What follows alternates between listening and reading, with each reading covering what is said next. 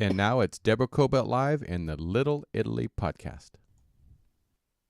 Hi, everyone. Thank you today for joining me on our Little Italy podcast and Deborah Cobelt Live. And with me is Valentina Castellani Quinn. She's a dear friend. She's an award-winning producer, writer, artist, absolutely magnificent, worked behind over a dozen films. Valentina's born in Florence. She's been working between Italy and here in Los Angeles for over 2 decades. And she's also my friend. And Deborah. Valentina lost her home in Malibu on January 7th. And I will never forget that call when you called me, because I was checking in on you and I said, how did you do? I almost hate to ask you to recreate that moment or just think about it again, because we're trying to get into recovery mode. But if you want to back it up for our viewers, please. And thank you for joining me. Thank you, Deborah, definitely. And you know, obviously we are in recovery and we are in the middle of this mess, let's call it for what it is right now. Yes, by January 7, our house burned down. We got the firemen knocking at our door at midnight. And keep in mind, I mean, this fire didn't seem so close to Malibu where we lived. So it actually wasn't that scary in our opinion. And I survived about 5 fires by now in my 25 years in the United States, in Malibu. And so, yes, we put some stuff in the car, but it seemed so far away compared to other fires. Even 3 weeks before then, there was a fire in Malibu that destroyed about 15 houses and it was way closer.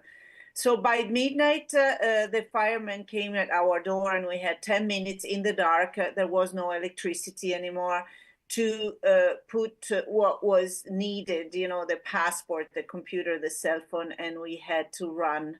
And we found shelter in a restaurant, Olo, in Malibu, that was the only place that still had electricity and internet to keep connected and know what was going on. And so it served as a shelter for the community because we couldn't escape via PCH. It was all burning. So we stayed in this restaurant shelter for about 2 days. By the second day, you know, we went to see the house.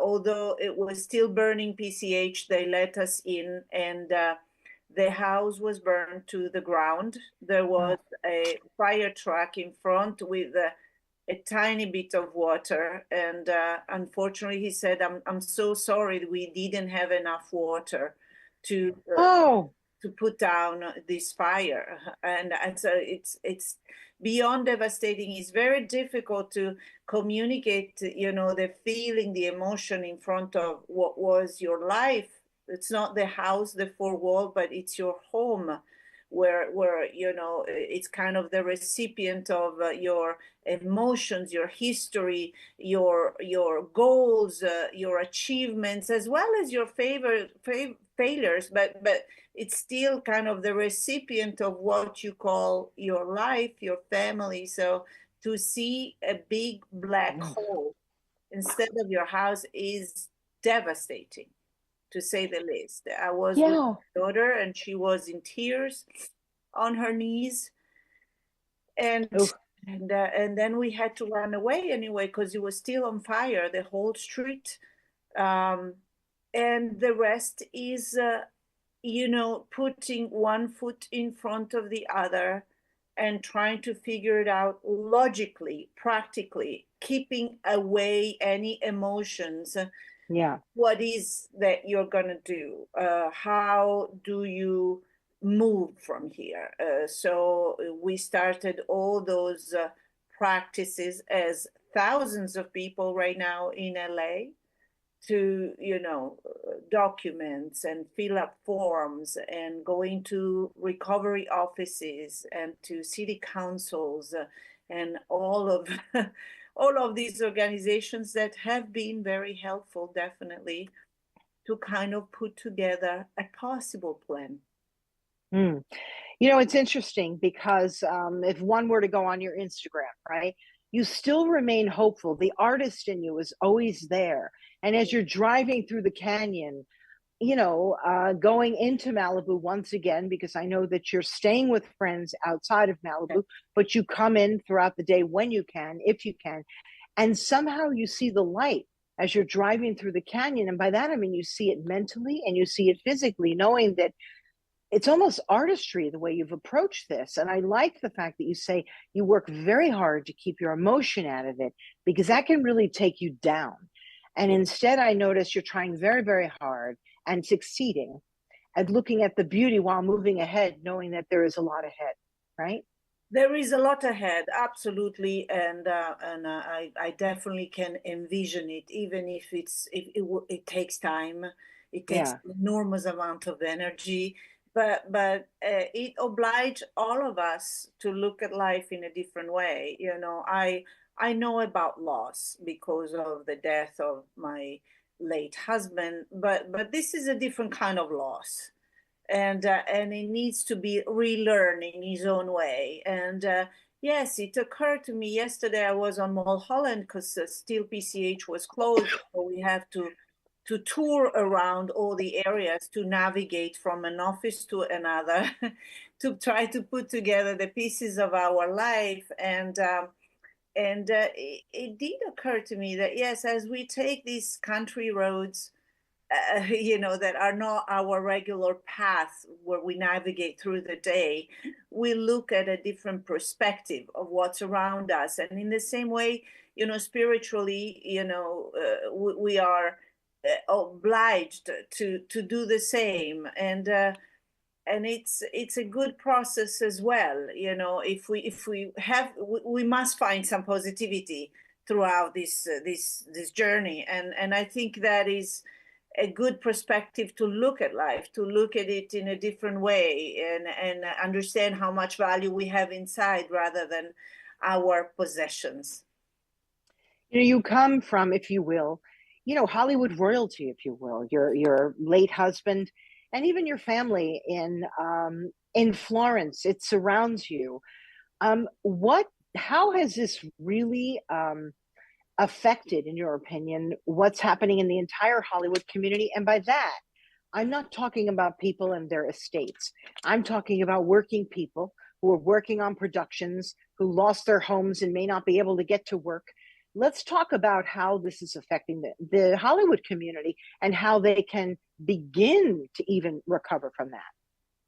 Very much true, Deborah, and thank you for bringing it up, because a lot of people think that just the beautiful villas of the celebrity have been burned. But here there are entire community, including in Malibu and Palisades, of students and family and kids and people that works around these facilities and little businesses, tiny little shops, and on, that lived and got everything destroyed, their houses and their businesses. So let's understand that this is about an entire city and its own community, and not just a certain small elite of people.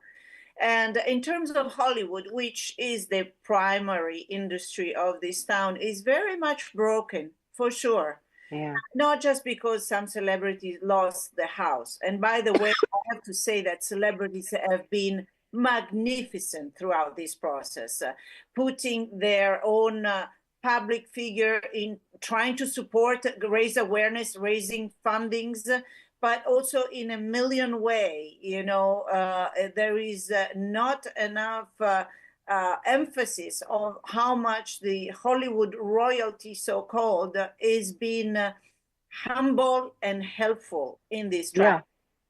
That I must say.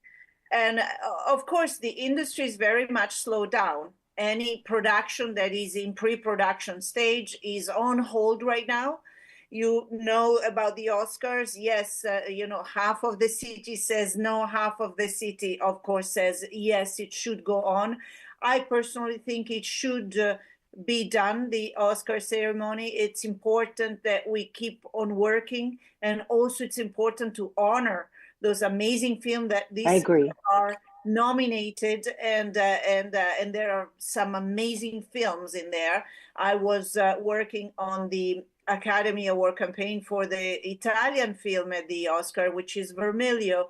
And Maura Del Pero, the director, had to flew out of town, so there is a lot of turmoil around, what's going on. But it's important that the Academy Award does his work and honor these filmmakers, especially in such a time. I think as artists, we are the carrier of the universal voice in terms of creativity. And here we have an opportunity to rise our voices and our thoughts, and also the spirit of positivity that can keep creating. And remember, everybody, we all love to see a film. We all love our favorite show that we stream. It gets us out of our everyday and absorbing sort of a story that, maybe we can't live, or maybe we could see ourselves living through the eyes of. It's important. And I do think sometimes Hollywood gets a super bad rap, but it is the folks who are working behind the scenes. That's what makes a project. It's all those people. And even, let's say we did the Oscars and people showed up looking beautiful. I thought about that. I really thought about that. Is that appropriate? Maybe it is, because those are people who worked on those dresses and gowns. There's lots and lots of people who work in this industry to make it, beautiful for the rest of us. I have no answer, but I do hope for those people who are displaced with their work that the show can go on when it's appropriate. Yes, right. I think very, very important. Yes, and also to raise the spirit of creativity, because in this moment, as you know, Deborah, there are a lot of discrepancy and politics and questions that don't find an answer, and there is a lot of anger because 20,000 people lost their home in this city that is big as much as Tuscany in Italy. I don't think that people realize how big is this town of Los Angeles and all his different districts. So, rather than having politics and manipulation and all that we saw, let's have artistry win. Let's have creativity win. And I think the Academy Award ceremony is a beautiful opportunity for all the artists and the people that are behind the camera. Let's remember that there are about 500 people minimum behind each film. So all these people have been working to get to this goal. They are keep on working, and it's important to acknowledge that, I think. Let's talk about you and how, what's it like your day to day, right? I know that you're applying for places to live with everyone else. What are you filling out in terms of insurance forms? How are you finding it? How are you even knowing what to do? Like, can you walk us through very briefly some of the steps that you're having to take to get what you need? Very difficult, first of all, because no matter how many times you witness, it's the first time for myself to do it. So one of the best initiatives that the city had is to create these recovery centers, so-called, that are in certain universities, like the Palisades and Malibu district has it at UCLA, where all the insurance company and FEMA, all the recovery organizations and some charities and some grant organizations as well are there represented and can guide you in doing the steps. Nevertheless, you spend your days filling up forms and listing everything you've lost. And of course, insurance will not be able to pay all of this. Actually, in many cases, they will not pay because there is no way around it. There is too many people that lost their house and lost their belonging, and too much to rebuild. But at least there are people that navigate you through this. Also, we all lost all our documents, from our kids' birth certificates, all those kind of documents that then you need or they will need in their life. And so we have to redo all those documents as well. So my day Wow. really, waking up and navigate through these offices and filling up forms in order to move forward and receive at least some part of fundings to rebuild from the government. And then the rest of the day is spent in finding a home. Because of course, with 20,000 people having lost their home, to find a house for rent available, it's almost like a miracle. The houses that are available are in much less number than the demand right now in Los Angeles. So each house or apartment has at least 20 to 30 applications. Right. And therefore, there is a lot of speculation from either the landlords or the fact that can raise the price in order to hopefully get the house. So it's quite chaotic and very distressful. We put, I think, about 10 applications to 10 different places, and in hope that one of them will take it, no matter the great credit, no matter the great referrals and everything. It's a long and tedious process. How's your daughter doing? She's just starting out in her career in the music business. A lovely girl, Sophia. Really, you've raised a beautiful young lady. How's she dealing with all this? That's such trauma and hard for you to watch her go through this, let alone you going through this as a businesswoman who runs her own business. Yeah, it's very hard. She's been very courageous, but I noticed, that she was having the nightmare of the fire each night. She kept all the few belongings that she collected before to leave the house. She wants to keep it in the car with the fear that even the house where we're staying here, that friends Wow. could possibly take fire. So it's a process of trust that needs to be rebuilt, and it's not easy to see this in a child, in your daughter. She lost all her equipment. She's a music engineer, and she had great equipment. She's also recording as a singer, and so now she has to rebuy everything.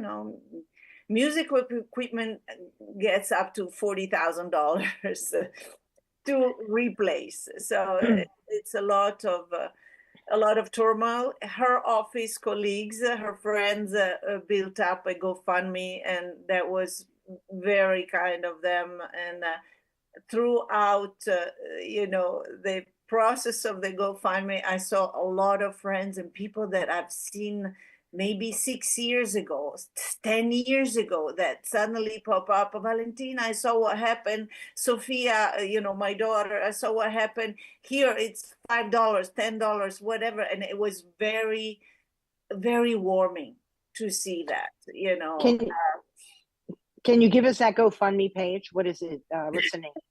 It was a process for me to accept it, because we all feel very embarrassed, right, at first. And I see everybody in the same condition. I mean, it's like, no, I don't want. I feel very vulnerable to feel this way where I'm asking or something. And if it was for me, I wouldn't have done it just out of that. But I'm grateful that actually it is the kids that did it and said, no, you should accept help right now, because Yes. the insurance will never repay you, and the whole thing. So we do have a GoFundMe link.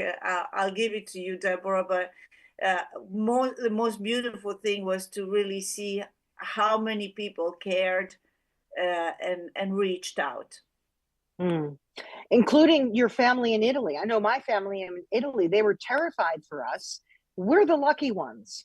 Our house is okay. And we were in the 1 block from mandatory evacuation. We were in, it was touch and go. And we're the lucky ones. and they were reaching out. I'm sure your family was terrified over in Italy watching what was happening, weren't they? Very terrified. They saw all the footage, and I was also serving as one of the correspondents for RAI.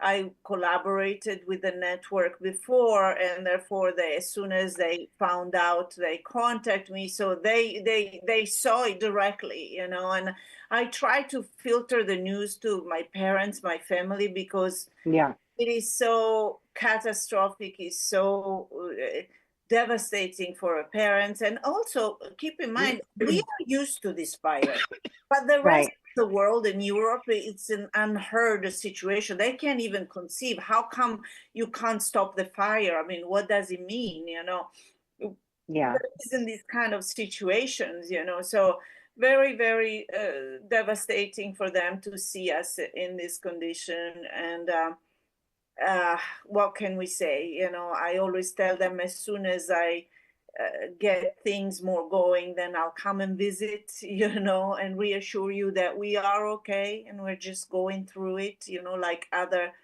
thousands of people. You know, I go to this recovery center and I meet all my friends and my community, you know, school friends of Sophia and co-workers, and neighbors, and on and on, you know, no matter the walk of life or the work they do. Yeah. Valentina, you're an amazing woman. I love you dearly. It pains me to have to talk to you about this. Last month, we were going to have you on to talk about a collaboration that you're doing with Sony Picture Studios, and we had to halt that because of the fires in Malibu. Thank goodness you survived that, and then this happened. So I know you're continuing to work, Yes. including on that project.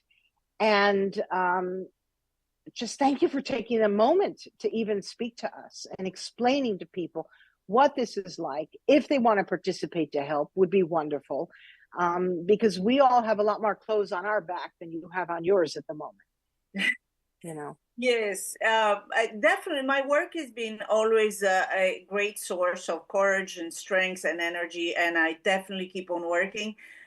It's true, a month ago, I signed a partnership with Marvin Williams at Sony Studio, and it's been a little bit of a closing the circle, because actually this year Sony is celebrating the 100 years anniversary of Columbia Picture, which has been absorbed by Sony.